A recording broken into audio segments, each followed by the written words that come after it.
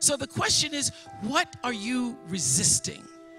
What are you pushing against? What are you not allowing? What are you blocking because you have this idea of who and what you're supposed to be, instead of leaning into the dream that's already been created and waiting for you? It's waiting for you. And the second, it's an instant thing. It's a shift in the way you see yourself and the power from which you have come. What shifted for me was I was willing, and I don't know if this is gonna sound crazy, I was willing to completely die to any form of me that I had been, so that I can birth the woman that I was becoming.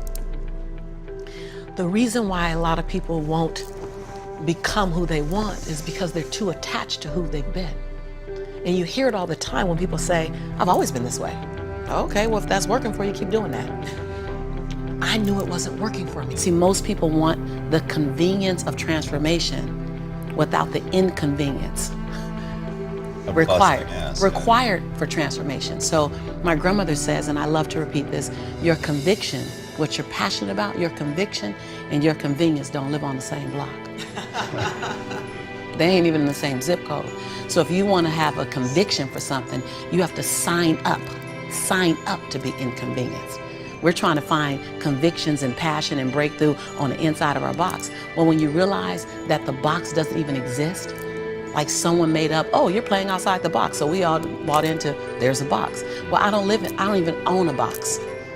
I don't even want to get in your box. Like, you better come out here because I ain't getting in there. And so when you start thinking like that, Tom, all of a sudden, everything is possible.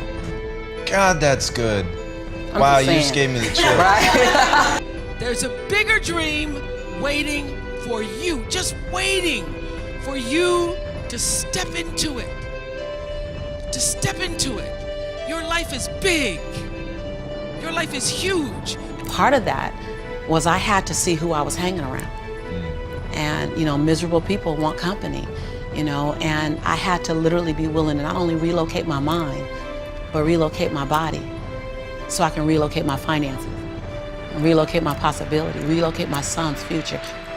I had hit my version of rock bottom. So I was willing to let go of everything and everybody.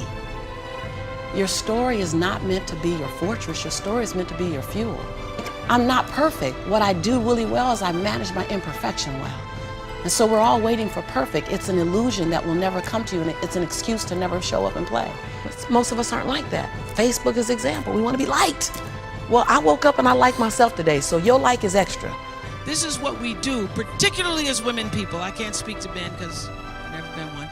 But as women people, we will run ourselves empty. And this I know because I've done it. You want to have your cup overflowing so you have enough to give to everybody else. And you can't keep giving from an empty cup. See, another reason why people won't get there is because the doorway is for you to fit through. You're trying to carry everybody else through because you're trying to be Rescue 911. And you got to rescue you first. I am much more valuable to my family and to my community because I was willing to let them go through the door myself, teach myself, learn myself, condition myself, and then come back and get them. I'm much more valuable to them now. Every day I looked in the mirror and said, Lisa, I'm proud of you. And I found 7 different things to celebrate Lisa for because we are under-celebrated. Because you want someone to celebrate you more than you celebrating yourself. You want to hear thank you from others more than you thanking yourself. You want to hear other people say I love you more than you saying I love yourself. You are teaching the world. I said this on Oprah. When I said this on Oprah, she said, oh my God, I believe the exact same thing. So I knew I had one thing right. The world is looking at you and following your example of how to treat you. How to treat you. They're following your example of how to treat you. So how you treat you, the world's gonna follow your lead. So I had to start treating Lisa better because I was everything for everybody but nothing for myself. Because your energy is consumed with protecting, proving, hiding, and defending.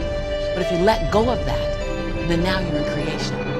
Every day I told myself that. I looked at every toxic behavior in my life. Everyone. You see me go behind my own black curtain.